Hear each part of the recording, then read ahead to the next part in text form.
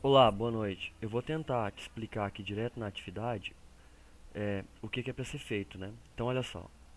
Situação, problema primeiro. Eu tenho essa configuração de circuito para controle de velocidade de um motor. Essa primeira configuração é de baixa velocidade, que é quando a chave ela fecha o contato aqui, ó, no terminal 1. Então, vai passar a corrente pelo capacitor 1. Aí, nesse caso, o motor tem baixa velocidade. Quando ele fala em média velocidade, é quando eu uso somente o capacitor 2, a corrente passa por ele. E quando ele fala alta velocidade, é quando eu uso os dois capacitores. Então, o que está acontecendo aqui? É porque na primeira configuração, eu vou seguir somente a capacitância de C1. Na segunda, o que me preocupa é só a capacitância de C2. E no terceiro, é as duas capacitâncias, que em paralelo, elas fazem aumentar de valor. Capacitância, associação de capacitor não é igual de resistor. Resistor em paralelo, ele tem a resistência cada vez menor. Capacitor em paralelo tem a capacitância cada vez maior. Então eu estou conseguindo até entender uma lógica, olha só. Capacitância menor, baixa velocidade. Capacitância maior, média velocidade. Capacitância maior ainda, alta velocidade. Então a alta é quando a capacitância fica maior ainda, né? Seria o paralelo de C1 e C2, eu aumento as capacitâncias. Só que o que acontece, ele diz que está acontecendo um problema aqui, ó. E ele fala bem aqui qual é o problema. Aqui, ó. Atualmente, por causa de um defeito, o motor funciona normalmente na velocidade baixa, só na posição 1. Quando ele coloca na posição 2, o motor para. E por que ele para? Porque não passa corrente. Então ele está mostrando, parou, é porque não está passando corrente, que é esse caso, ó, corrente zero. Para não passar corrente no capacitor, só tem um jeito, porque o capacitor é, ele funciona como uma chave, né? E para não passar corrente nele é só na situação onde ele está em aberto. Então, se ele estiver em aberto, ele não estiver mais armazenando carga, estiver em aberto, é como se fosse a reatância infinita, aí para de passar corrente. Então, o capacitor estragado ele pode estar em aberto ou em curto. Em curto, que ele, seria a corrente passar muito alta aqui, mas em aberto é não passar corrente.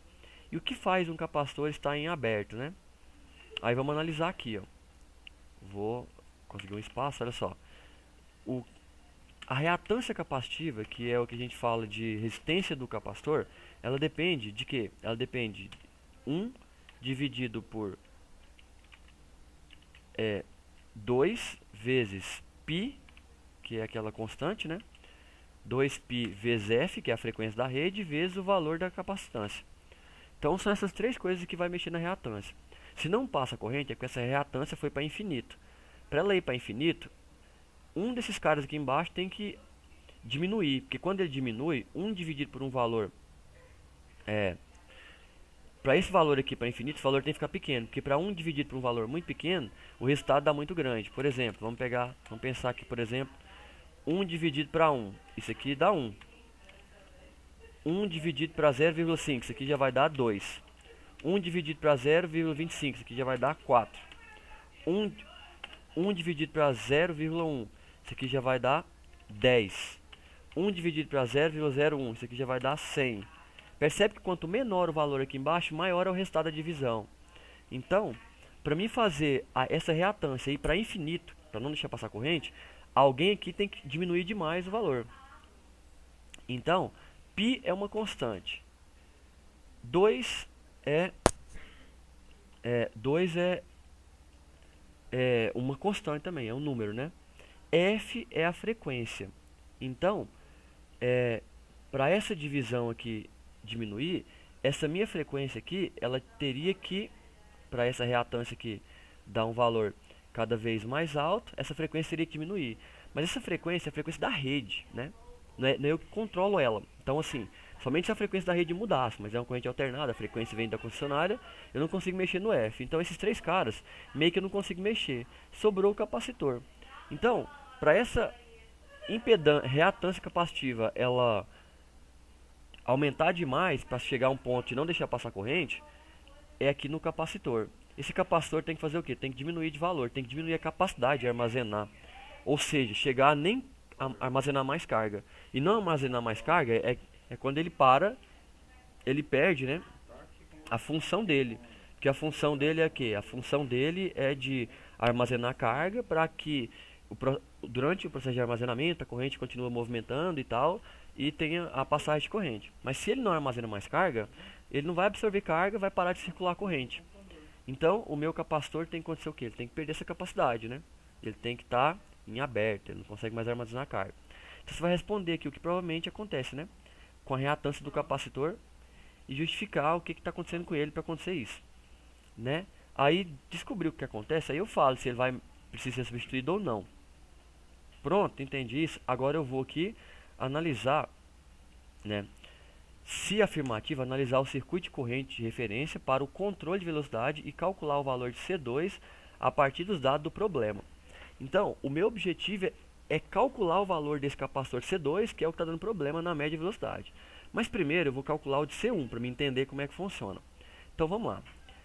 Tensão em C1. Tensão em C1, o exercício me deu, olha só. C1 é esse capacitor e a tensão aplicada aqui em C1, olha só aqui a flechinha, ela é de 220 volts. Então você vem aqui, ó, e preenche tensão em C1, 220 volts.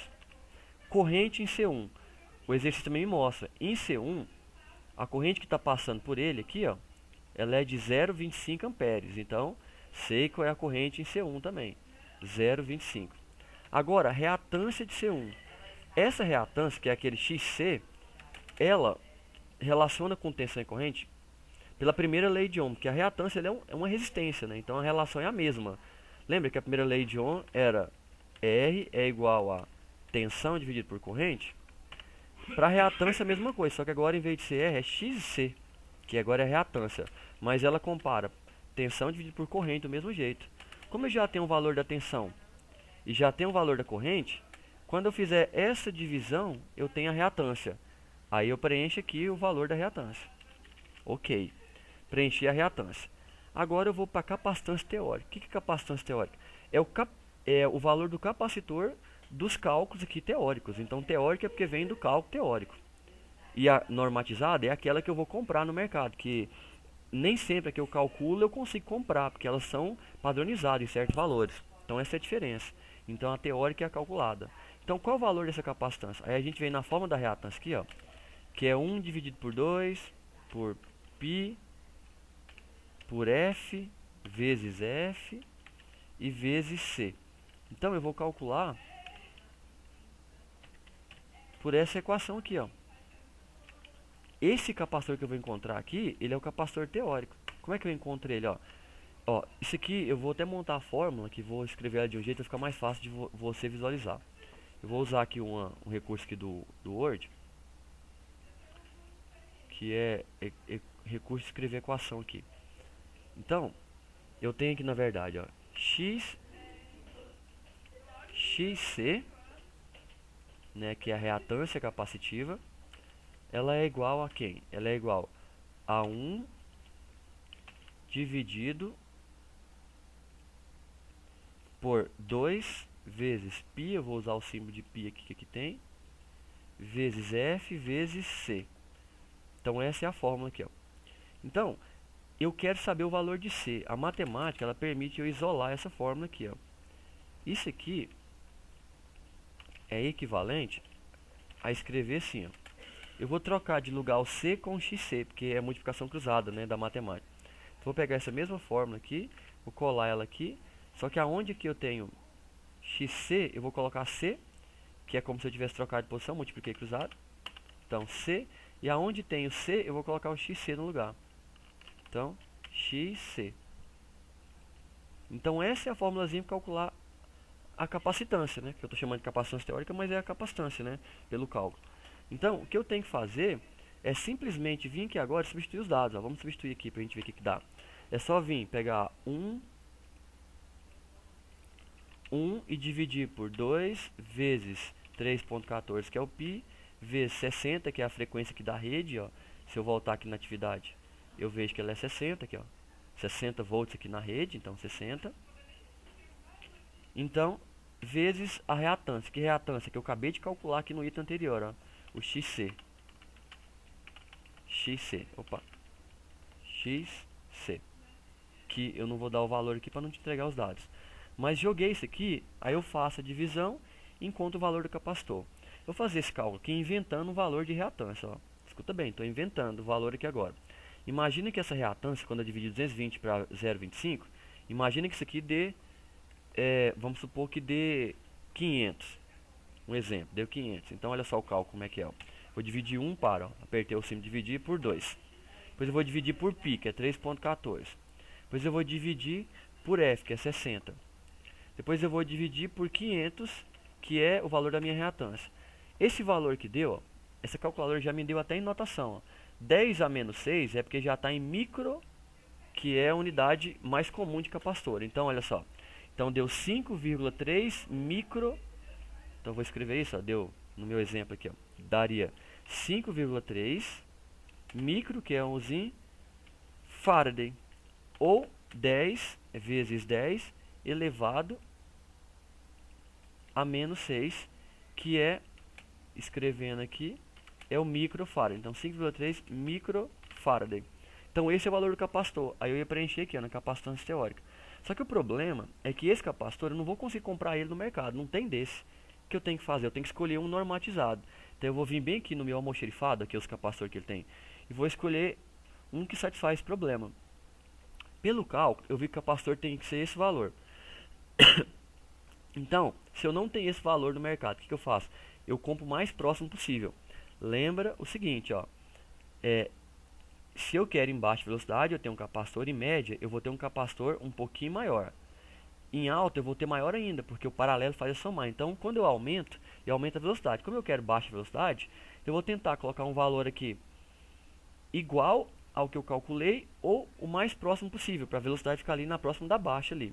Então, se eu não encontrei 5,3, eu posso usar 6 ou 3, mas se eu usar 3 vai ser muito baixa.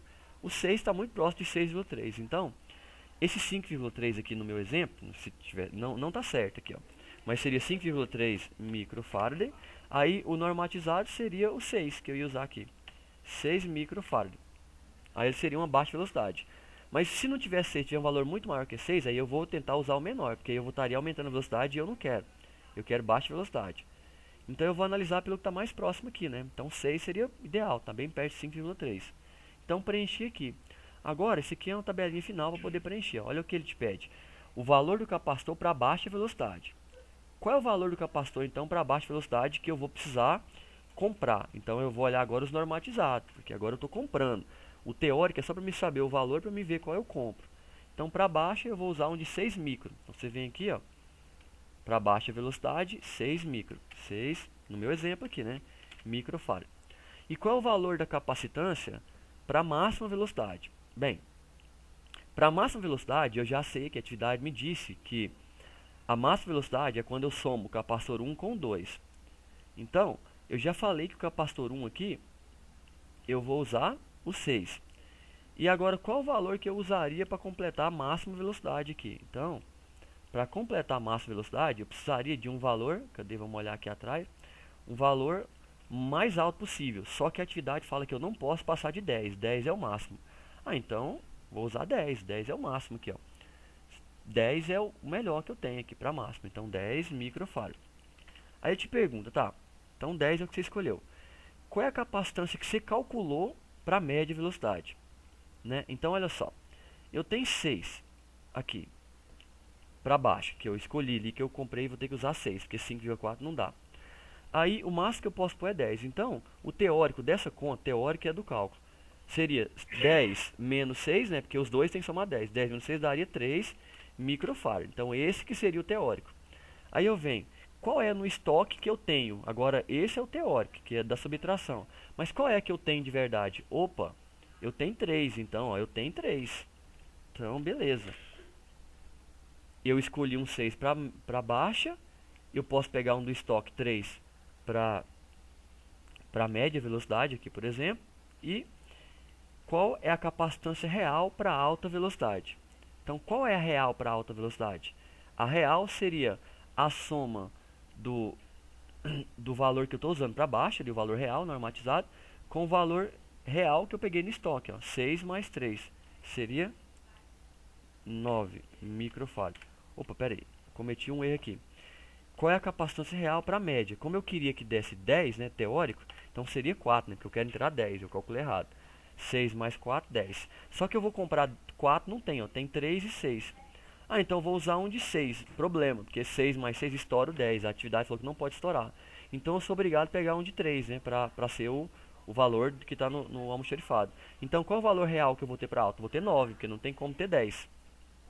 Então, os valores que ele fala real é o valor que eu tenho no almoxarifado. O valor teórico é o que do cálculo forneceria. Só que nem sempre do cálculo é o que eu vou usar. Então, no meu exemplo aqui eu fui infeliz, porque olha só, o meu capacitor para baixa velocidade deu 6 e o meu capacitor para média deu 4. E eu estou percebendo que quando eu aumento a capacitância, que aumenta a velocidade. Então aqui foi infeliz por quê? Porque eu inventei um valor aqui, ó. 5,3. Lembra que o 500 aqui que eu inventei não tinha aqui. Então isso aqui foi só um exemplo infeliz no caso. Então, para você saber quem é o XC, você calcula primeiro direitinho, divide 220 por 0,25. Aí o valor que deu, que você vai calcular, vai pôr aqui. E a partir desse valor que você vai escolher um aqui que está no estoque. Né? Como eu quero baixa velocidade, de preferência escolher o valor mais próximo ou menor que ele, né? Para a velocidade não aumentar. Aí, o valor da capacitância máxima tem que ser 10, aqui para não danificar, não é você que escolhe, a atividade diz que é 10. Aí, quando ele pede de novo o valor teórico, é a subtração. Ó. Esse aqui menos o que você colocou aqui, ó, tipo x, 10 menos x, é o que você vai preencher aqui, né? Tipo aqui vai preencher esse valor, o y. Aí agora, qual é o valor do almoxarifado? Ó? O y é o que eu quero, mas tem esse valor? Não tem, só tem esse valor. Então escolhe o mais próximo possível. De tal forma que não vai estourar os 10, porque quando eu somar os dois aqui, ó, se o valor passar de 10 eu queimo o motor. Então é isso que a atividade propõe.